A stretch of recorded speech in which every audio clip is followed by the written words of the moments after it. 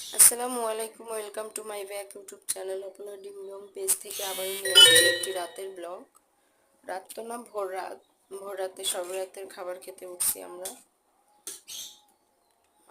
মেয়েকে ডেকে আসছি, ভাবলাম রান্নাঘরে যাই, ওরা ঘুম থাকতে থাকতে তরকারিগুলো গরম করে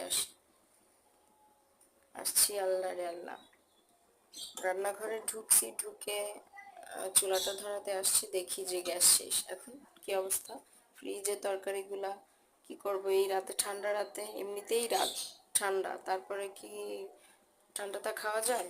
কি করব এখন, যেহেতু গ্যাস নেই, গ্যাস শেষ হয়ে গেছে, তো সেই ঠান্ডাগুলাই খেতে হচ্ছে, কিছু করার নাই। মেয়েকে ডাকলাম, ঘুমের অবস্থায়, রোজা থাকার জন্য ব্যস্ত হয়ে যায়, ওদিকে ঘুমে চোখে দেখে না। আবার ডাকতে আসলাম।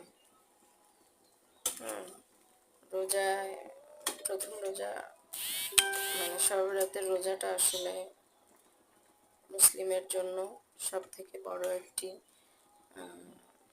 সওয়াবের জিনিস। এটা শুরু হলো, এটা দিয়েই তো আমরা রোজা শুরু করি। মেয়েকে ডাকলাম, মেয়ে বলতেছে উঠতেছি, দাঁড়াও। পরে একটা ঝাড়ি মারলাম, বলে উঠি রে বাবা। লাফ দিয়ে উঠে গেল, আবার ঘুমাচ্ছে। কত বড় পাজি দেখছেন, রোজা থাকে।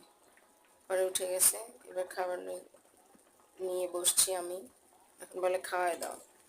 হ্যাঁ, খাবারটা নিয়ে বসে খাওয়াইতে বসছি, দুজনকে খাওয়াই দিচ্ছি। ঘুমের অবস্থায় কি কাহিনী ভাই! রোজা দেখছেন কেউ?